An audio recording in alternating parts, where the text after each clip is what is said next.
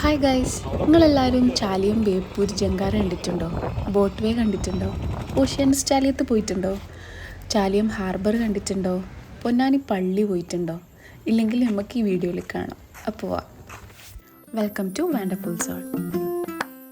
പിന്നെ ഈ ചാനലിനെ പറ്റി അറിയാത്തവർക്കാണെങ്കിൽ നമ്മൾ ഈ ചാനലിൽ എക്സ്പ്ലോറിംഗ് ആണ് മെയിനായിട്ട് ഉദ്ദേശിക്കുന്നത്. അപ്പോൾ സബ്സ്ക്രൈബ് ചെയ്യാത്തവർ എന്തായാലും സബ്സ്ക്രൈബ് ചെയ്യണം.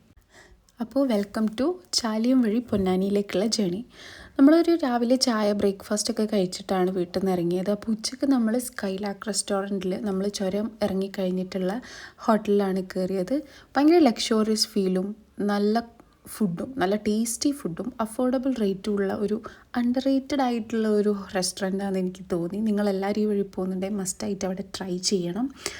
അങ്ങനെ ഞങ്ങൾ കഥയൊക്കെ പറഞ്ഞ് എൻജോയ് ചെയ്ത് ഞങ്ങൾ മെല്ലെ ജേണി സ്റ്റാർട്ട് ചെയ്തു. അങ്ങനെ ഞങ്ങൾ ഫറൂഖ് കോളേജ്, ഇതാണ് ഫറൂഖ് കോളേജൊക്കെ കണ്ടു. ഫറൂഖ് വഴിയാണ് നമ്മൾ പോയത്. അപ്പോൾ നമ്മൾ ഏറ്റവും ഈസ്തെറ്റിക് ആയിട്ടുള്ള റൂട്ട് ആണ് നമ്മൾ ട്രൈ ചെയ്തത്. അപ്പോൾ നമുക്ക് വൈകുന്നേരം അവിടെ ഒരു ഫംഗ്ഷൻ ഉണ്ട്, അപ്പോഴേക്കാണ് നമുക്ക് എത്തേണ്ടത്. സോ അതുവരെ നമ്മൾ ഫുള്ള് എൻജോയ് ചെയ്ത് പോവാം, ആ ഒരു മൂഡിലാണ് നമ്മൾ ഈ ഒരു ട്രിപ്പ് സ്റ്റാർട്ട് ചെയ്യുന്നത്. അങ്ങനെ ഞങ്ങൾ ഏകദേശം ചാലിയം സൈഡ് എത്താനായി. അപ്പോൾ ഈ ഒരു പാലത്തിലേക്ക് കടന്നപ്പോൾ ഒരു side full boat, fishing boat നിർത്തിയിട്ടിട്ടുണ്ട്. വേറൊരു സൈഡ് ഫുൾ കാമായിട്ടുള്ളൊരു ഏരിയ.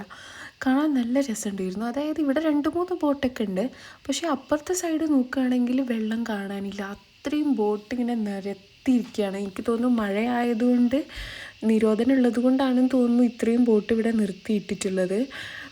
വേറെ തന്നെ ഒരു സ്ഥലത്ത് പോയ ഫീൽ. അപ്പം ഞങ്ങൾ മാപ്പിൽ നോക്കുമ്പോൾ കാണുന്നുണ്ട് ഒരു സൈഡ് മൊത്തം വാട്ടർ ബോഡി ഉള്ളത് നമ്മൾ കാണുന്നുണ്ട്.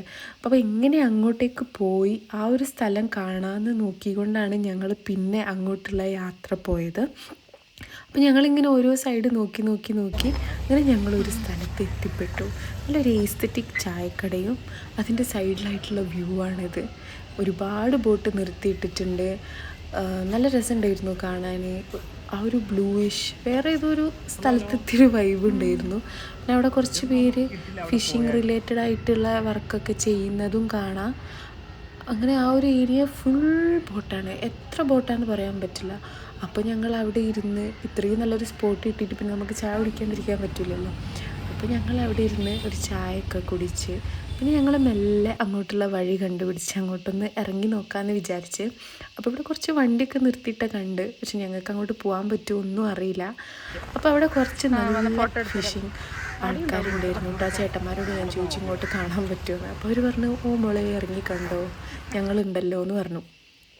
അങ്ങനെ ഞങ്ങൾ അങ്ങോട്ട് ഇറങ്ങി നോക്കി.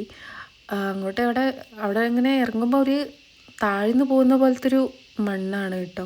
ഞങ്ങൾ ആ സൈഡിലൂടെയൊക്കെ പോയി നോക്കി. ബോട്ടിലേക്കൊന്നും കയറാൻ ഞങ്ങൾ നിന്നില്ല.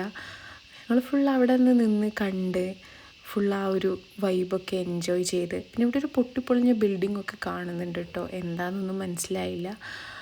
പണ്ടുള്ള എന്തോ ചിലപ്പോൾ റിനോവേറ്റ് ചെയ്ത് വേറെ ബിൽഡിങ് ഉണ്ടാക്കി അപ്പുറത്ത് ഉണ്ടാക്കിയത് കൊണ്ടാവാം. അങ്ങനെ ഞങ്ങൾ കുറച്ച് നേരം അവിടെ സ്പെൻഡ് ചെയ്തു. ആ ഒരു ഏരിയ മൊത്തം നോക്കി മനസ്സിലാക്കി. ശരിക്കും നമ്മൾ മാപ്പ് നോക്കി ഈ ഒരു റൂട്ട് വന്നപ്പോൾ ഇങ്ങനെയൊക്കെ കാണുന്നൊന്നും പ്രതീക്ഷിച്ചിട്ടുണ്ടായില്ല. ആരാ ഇവിടെ നമ്മളെ എത്തിച്ച മഹാനായ വ്യക്തി മുഖം കാണിക്കാൻ താല്പര്യമില്ല തോന്നുന്നു. അങ്ങനെ ഞങ്ങൾ അവിടെയൊക്കെ നിന്ന് ആസ്വദിച്ച്. അപ്പോൾ അവിടെ ഉള്ളൊരു ചേട്ടൻ പറഞ്ഞെന്ന് നിങ്ങൾക്ക് അങ്ങോട്ട് പോയാൽ ഇതിലും നല്ല വ്യൂ ഉള്ള സ്ഥലം കിട്ടുമെന്ന്. അപ്പോൾ പിന്നെ ഞങ്ങൾ അങ്ങോട്ട് പോകാൻ വേണ്ടി നിന്ന്. അവിടെ വലിയൊരു കപ്പല്,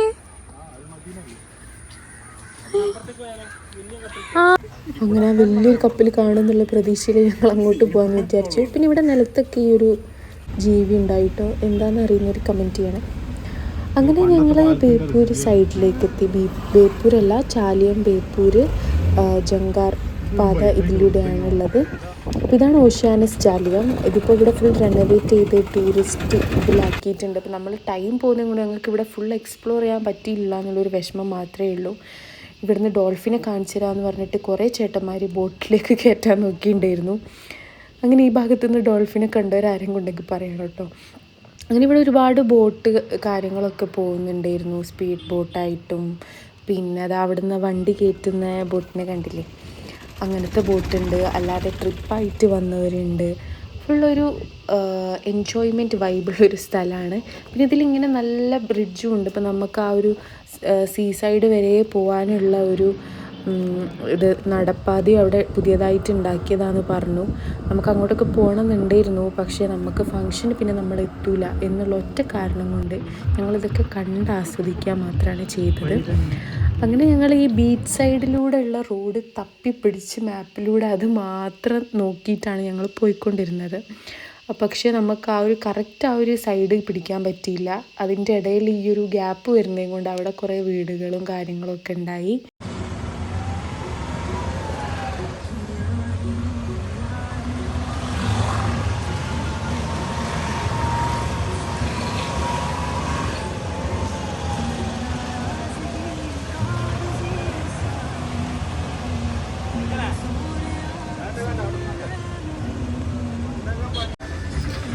അങ്ങനെ ചില സൈഡിൽ നമ്മൾ നോക്കുമ്പോൾ അവിടെ ഒരു ആൾക്കൂട്ടം കണ്ടില്ലേ, അപ്പോൾ അങ്ങനെ ചില സൈഡിൽ മീൻ പിടിക്കാൻ പോയ ബോട്ടുണ്ട്.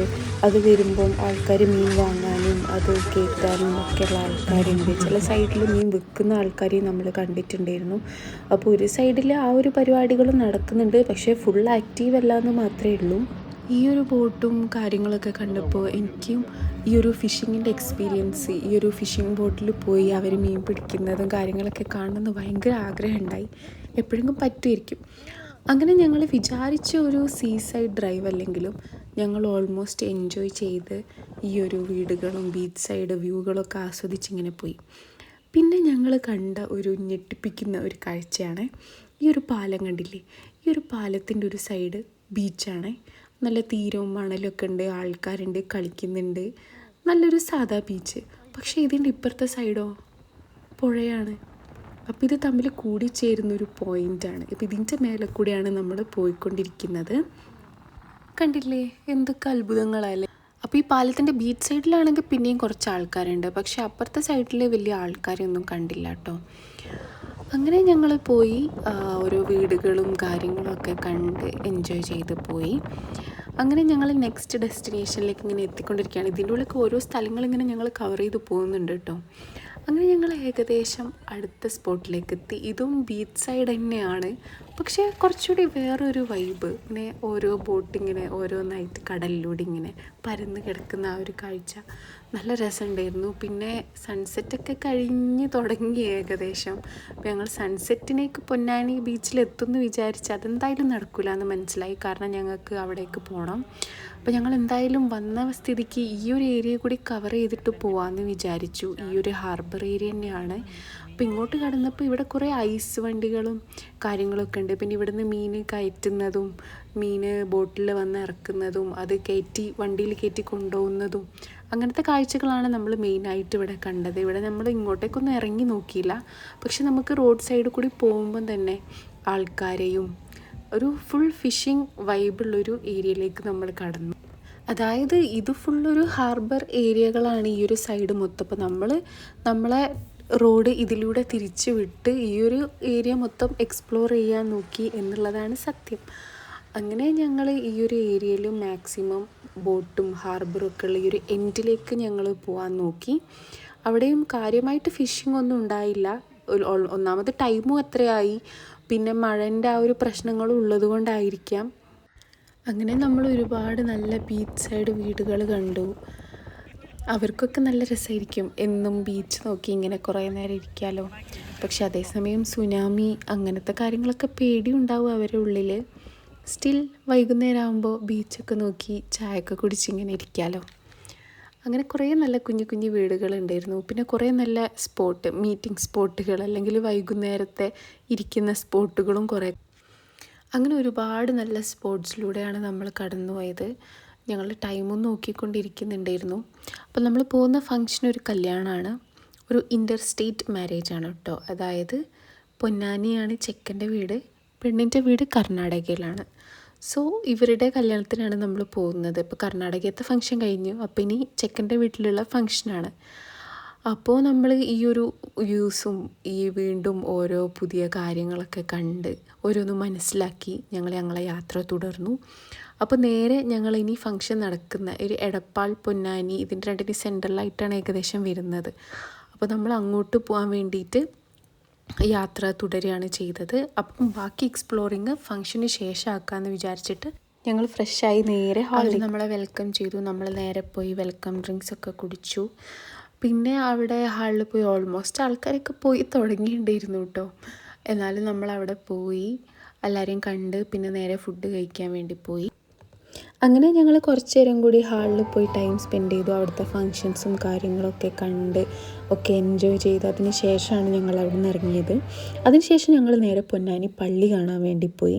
പൊന്നാനി എത്തിയാൽ പിന്നെ പള്ളി കാണാണ്ട് എങ്ങനെയാണ്, പക്ഷേ രാത്രി ആയിട്ടുണ്ടായിരുന്നു. എന്നാലും ഈ ഒരു ഏരിയ ഫുൾ വേറെ തന്നെ ഒരു വൈബായിരുന്നു. ഇവർ ഉള്ളിലൊക്കെ കയറി. ഇപ്പോൾ പൊന്നാനി പള്ളീനെ പറ്റി പറയുകയാണെങ്കിൽ ജിന്ന് പള്ളി എന്ന് കൂടി പേരുണ്ട്. അപ്പോൾ മേലത്തെ തട്ടിൽ ജിന്നുകൾ ഉണ്ടാവും. അപ്പോൾ രാത്രി അത്രയും ധൈര്യമുള്ളവരെ കയറാവൂ എന്നൊക്കെ പറഞ്ഞതുകൊണ്ട് ഇവർ കയറിയുണ്ടായില്ല. അങ്ങനെ പിന്നെ ഞങ്ങൾ പൊന്നാനി ബീച്ചിലേക്ക് വന്നു. അവിടെ ലൈറ്റ് ഹൗസൊക്കെ കാണുന്നുണ്ടായിരുന്നു. പിന്നെ നല്ല ഇരുടായിട്ടുണ്ടായിരുന്നു. എന്നാലും നമുക്ക് അത്യാവശ്യം കാണാൻ പറ്റുന്ന ആ ഒരു രീതിയിൽ തന്നെയാണ് ബീച്ച്. ഒരു നിലാവിൻ്റെ വെളിച്ചമാണോ അല്ലെങ്കിൽ സൂര്യൻ പോകുന്നതിൻ്റെ വെളിച്ചമാണോ എന്നറിയില്ല. പിന്നെ അവിടെ ആൾക്കാരും ഉണ്ടായിരുന്നു. ഭയങ്കര ക്രൗഡഡ് അല്ല, എന്നാലും അത്യാവശ്യം ആൾക്കാരൊക്കെ ഉള്ളൊരു ഏരിയ തന്നെയായിരുന്നു. അങ്ങനെ ഞങ്ങൾ കുറച്ച് നേരം അവിടെ നിന്ന് എൻജോയ് ചെയ്ത് പിന്നെ ഞങ്ങൾ തിരിച്ചു പോകാമെന്ന് വിചാരിച്ചു. അങ്ങനെ ഞങ്ങളെ യാത്ര റിട്ടേൺ സ്റ്റാർട്ട് ചെയ്യാണ്. ഞങ്ങളൊരു ചായയൊക്കെ കുടിച്ച് എല്ലാവരും ഒന്ന് എനർജി ആയതിന് ശേഷം ഞങ്ങൾ തിരിച്ച് യാത്ര സ്റ്റാർട്ട് ചെയ്തു. അപ്പോൾ ഞങ്ങൾ അങ്ങോട്ടേക്കൊരു 5-6 മണിക്കൂർ എടുത്തിട്ടാണ് എത്തിയതെങ്കിൽ തിരിച്ച് ഒരു 2-3 മണിക്കൂറിൻ്റെ ഉള്ളിൽ ഞങ്ങൾ ഹൈവേ കൂടി തിരിച്ചു പോന്നു. അപ്പോൾ രാത്രി ആയതുകൊണ്ട് തന്നെ പ്രത്യേകിച്ച് എക്സ്പ്ലോറിങ്ങിനൊന്നും നിന്നില്ല. വേഗം വീട്ടിലെത്തുക എന്നുള്ളൊരു ലക്ഷ്യത്തോടു കൂടി ഞങ്ങൾ തിരിച്ചു വന്നു. അപ്പോൾ ഇത്രയാണ് ഞങ്ങളുടെ ഇന്നത്തെ യാത്ര. എല്ലാവരും എൻജോയ് ചെയ്തെന്ന് വിശ്വസിക്കുന്നു. Thanks for watching.